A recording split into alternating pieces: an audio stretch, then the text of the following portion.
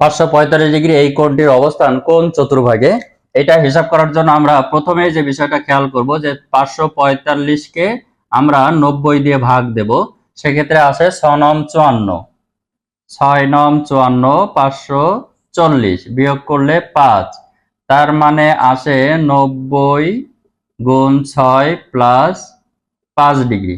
তার মানে 6 সমকোণের থেকে বেশি কিন্তু 7 সমকোণ থেকে কম। তার মানে 6টা সমকোণ আমাদের অতিক্রম করতে হবে, তারপরে 7 নাম্বার ঘরে যেটা থাকবে 7 নাম্বার যে সমকোণ সেই ঘরে আসবে। এখন সেটা আমরা একটু দেখি।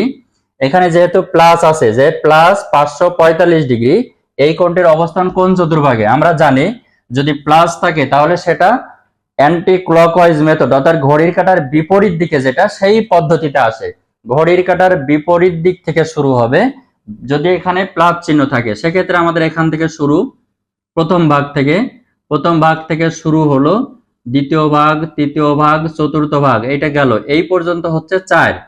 এখন বলা হচ্ছে 6টা সমকোণ পার করবে, তার মানে 4টা পার করলো, পঞ্চম ষষ্ঠ 6টা পার করবে। এই যে 6টা পার করবে, 6টা পার করে এসে আরো 5 ডিগ্রি, তার মানে এই যে এইখানে সাপোজ এটা ধরে নিলাম 5 ডিগ্রি, এখানে এসে থামবে।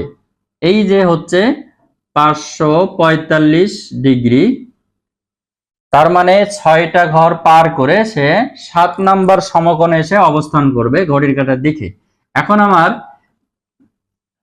অবস্থান কোন চতুর্ভুগে এইটা হিসাব করতে গেলে এই চতুর্ভাগ হিসাব করতে হবে, আমাদের প্রথম থেকে আসতে হবে, প্রথম, দ্বিতীয় এবং তৃতীয়। এই যে 5 ডিগ্রি এটা হচ্ছে আমাদের তৃতীয় চতুর্ভাগে এটার অবস্থান, এই জন্য এটা আমরা লিখব এটার অবস্থান তৃতীয় চতুর্ভাগে। তৃতীয় চতুর্ভাগে এর অবস্থানটা হলো তৃতীয় চতুর্ভাগে।